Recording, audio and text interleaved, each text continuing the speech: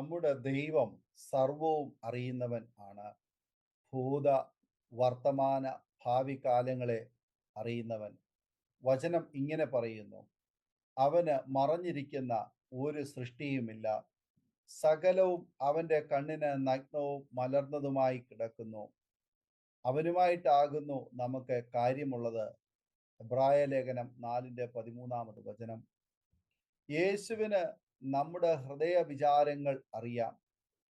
ഒരിക്കൽ കവർന്നവൂമിൽ ഒരു വീടിന്റെ മേൽക്കൂര പൊളിച്ച് യേശുവിന്റെ മുമ്പിൽ ഇറക്കിയ പക്ഷപാതക്കാരനെ സൗഖ്യമാക്കുന്നതിന് മുൻപ് അവന്റെ പാപങ്ങളെ മോചിച്ചിരിക്കുന്നു എന്ന് യേശു പറഞ്ഞു. അവിടെയുള്ള ശാസ്ത്രിമാർ ഇവൻ ദൈവദൂഷണം പറയുന്നു എന്ന് ഉള്ളിൽ ചിന്തിച്ചു. അവരുടെ ഉള്ളിലെ ചിന്ത യേശു അറിഞ്ഞ് അവരോട് ചോദിച്ചു: നിങ്ങൾ ഹൃദയത്തിൽ ഇങ്ങനെ ചിന്തിക്കുന്നത് എന്ത്? പക്ഷപാതക്കാരനോട് നിന്റെ പാപങ്ങൾ മോചിച്ചു തന്നിരിക്കുന്നു എന്ന് പറയുന്നതോ, എഴുന്നേറ്റ് കിടക്ക എടുത്ത് നടക്ക എന്ന് പറയുന്നതോ ഏതാകുന്നു എളുപ്പം എന്ന് ചോദിച്ചു. മർക്കോസ് സുവിശേഷം 2:8-9 വചനങ്ങൾ.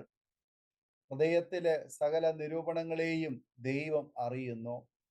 ഞാൻ ഉൾപ്പൂവുകളെയും ഹൃദയങ്ങളെയും ആരായുന്നവൻ എന്ന് സകല സഭകളും അറിയും. നിങ്ങളുടെ പ്രവർത്തിക്ക് തക്കവണ്ണം ഞാൻ നിങ്ങൾക്ക് ഏവർക്കും പകരം ചെയ്യും.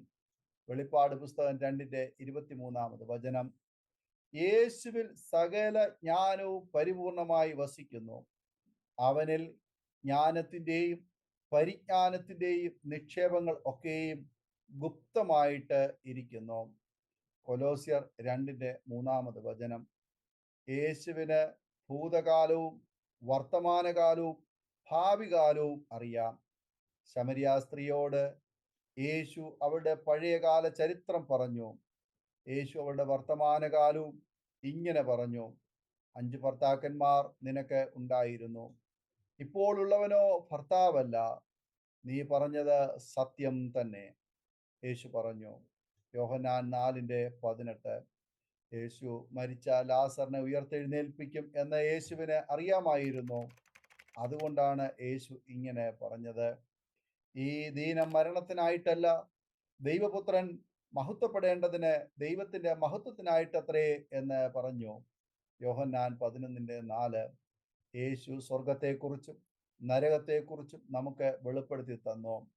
ഒഴിവും തുരുമ്പും കെടുക്കുകയും കള്ളന്മാർ തുരന്ന് മോഷ്ടിക്കുകയും ചെയ്യുന്ന ഈ ഭൂമിയിൽ നിങ്ങൾ നിക്ഷേപം സ്വരൂപിക്കരുത്.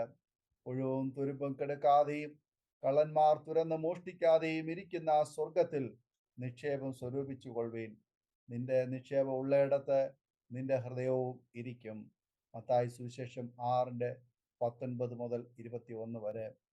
പഴയ നിയമ പ്രവാചകന്മാരുടെയും ശാസ്ത്രിമാരുടെയും ജ്ഞാനം ഒന്നും ജനത്തെ അതിശയിപ്പിച്ചില്ല. എന്നാൽ യേശുവിൻ്റെ ജ്ഞാനം കണ്ടപ്പോൾ ജനം അതിശയിച്ചു. അവർ വിസ്മയിച്ച് അന്യോന്യം ഇങ്ങനെ ചോദിച്ചു: ഇവന് ഈ ജ്ഞാനവും വീര്യപ്രവർത്തികളും എവിടെ നിന്ന്? ഇവൻ തച്ചന്റെ മകൻ അല്ലയോ? ഇവന്റെ അമ്മ മറിയ എന്നവൾ അല്ലയോ?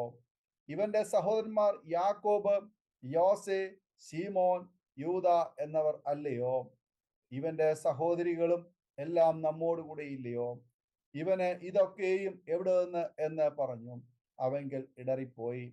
മത്തായി സുവിശേഷം 13:54-56 വരെ.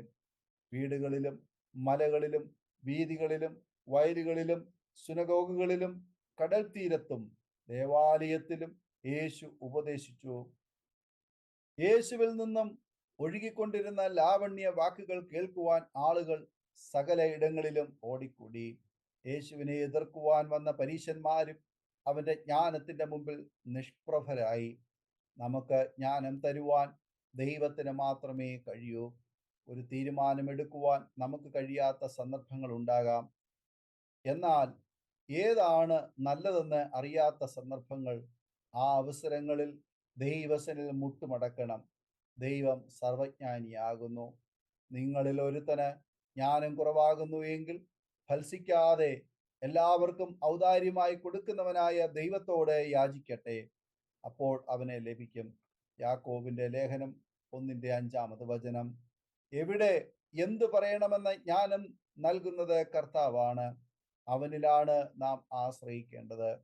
നിങ്ങളുടെ എതിരികൾക്ക് ആർക്കും ചെറുപ്പാനോ എതിർ പറവാനോ കഴിയാത്ത വാക്കും ജ്ഞാനവും ഞാൻ നിങ്ങൾക്ക് തരും. ലൂക്കോസ് 21:15 ജ്ഞാനം ലഭിക്കുന്നത് യഹോവ ഭക്തിയിൽ നിന്നാണ്. ഇയ്യോബിന്റെ പുസ്തകം 28 ജ്ഞാനം എവിടെ നിന്ന് കിട്ടും എന്നും അതിന്റെ വില ലോകത്തിലെ സകല രത്നങ്ങളെക്കാളും മുത്തുകളെക്കാളും വിലപിടിപ്പുള്ള എന്തിനേക്കാളും വലുതാണെന്നും അത് ലോകത്തിൽ തിരഞ്ഞു നടന്നാൽ ലഭിക്കില്ലെന്നും ഇയ്യോബ് പറയുന്നു. എന്നാൽ ജ്ഞാനം എവിടെ നിന്ന് കിട്ടുമെന്നതിന് ഉത്തരം നൽകി ഇയ്യോബ് 28 അവസാനിക്കുന്നു. ഇയ്യോബ് പറയുന്നു, കർത്താവിനോടുള്ള ഭക്തി തന്നെ ജ്ഞാനം, ദോഷമകന്ന് നടക്കുന്നത് തന്നെ വിവേകം. യേശു ജ്ഞാനമാകുന്നു. എപ്പോഴും യഹോഭക്തിയോടെ പ്രവർത്തിക്കാം, അത് ജ്ഞാനത്തിന്റെ പൂർണ്ണത നൽകും. യഹോവ ഭക്തി ജ്ഞാനത്തിന്റെ ആരംഭമാകുന്നു. അവയെ ആചരിക്കുന്ന എല്ലാവർക്കും നല്ല ബുദ്ധി ഉണ്ട്. അവന്റെ സ്തുതി എന്നേക്കും നിലനിൽക്കുന്നു. 111 സങ്കീർത്തനം 11 ഈ വചനങ്ങളാൽ ദൈവം നമ്മെ അനുഗ്രഹിക്കുമാറാകട്ടെ. ആമേൻ. ഓർമ്മയുടെ മനോരഥത്തിൽ മായാത്ത ഓർമ്മയ്ക്കായി അരോമ മാട്രിമോണിയിൽ നിന്നും ജീവിത പങ്കാളിയെ കണ്ടെത്തൂ. നിങ്ങൾ ഒരു ക്രിസ്തീയ ജീവിത പങ്കാളിയെ അന്വേഷിക്കുകയാണോ? അതോ മക്കൾക്ക് അനുയോജ്യമായ ഒരു തക്ക തുണയ്ക്ക് വേണ്ടി പ്രാർത്ഥിക്കുന്ന വ്യക്തിയാണോ? എങ്കിൽ അരോമ മാട്രിമോണി നിങ്ങൾക്ക് വേണ്ടിയാണ്. ഇന്നു തന്നെ സൗജന്യമായി രജിസ്റ്റർ ചെയ്യൂ. അരോമ മാട്രിമോണിയുടെ പ്രത്യേകതകൾ: രജിസ്ട്രേഷൻ തികച്ചും സൗജന്യം. ലോകത്തെവിടെയുമുള്ള അനുയോജ്യമായ ക്രിസ്തീയ ജീവിത പങ്കാളിയെ തിരഞ്ഞെടുക്കാം. വിവാഹം നടക്കുന്നതുവരെ സർവീസ് ലഭിക്കുന്നു. ഏറ്റവും ചെറിയ പാക്കേജുകളും തിരഞ്ഞെടുക്കാം. അരോമ മാട്രിമോണി നിങ്ങൾക്കായി ഒരുക്കുന്നു വിവാഹം പരമാനന്ദം. Email aroma matrimony2020@gmail.com